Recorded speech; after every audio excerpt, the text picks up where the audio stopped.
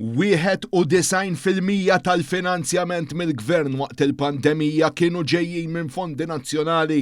Dan joħroġ minn mistoqsija parlamentari li kienet saret dwar l-għajnuna finanzjarja mill-gvern fi żmien il-pandemija globali u li tgiddeb id-dikjarazzjoni tal-Europarlamentari Nazzjonalista David Casa. Kemm jgħidu nefqu flus fil-Covid? Il-flus tal-Covid qed jonfquhom għax jien kont responsabbli minn dak is-settur għax jien għamiltu is-social fund illi Alla jbirek qegħdin nużaw bħalissa dawk il-flus illi uża l-Prim Ministru għall-Covid ġibthom jien lejn pajjiżi.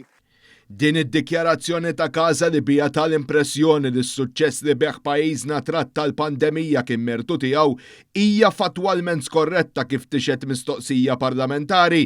Din il-mistoqsija parlamentari kienet saret mid-deputat nazzjonalista Ivan Castillo lill-Ministru għall-Finanzi Clyde Caruana.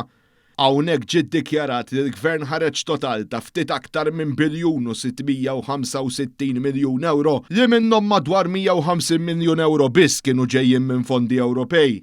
Dawn iċ-ċifri ġew allokati fuq il-Covid Wage Supplement speċifikament għal perjodu bejn Ottubru 2020 u Marzu 2021 u jixdu kif dak li għal Casa kienet dikjarazzjoni mimlija intiża biss biex tiżvija l-pubbliku bilan li jipprova jikseb punti politiċi.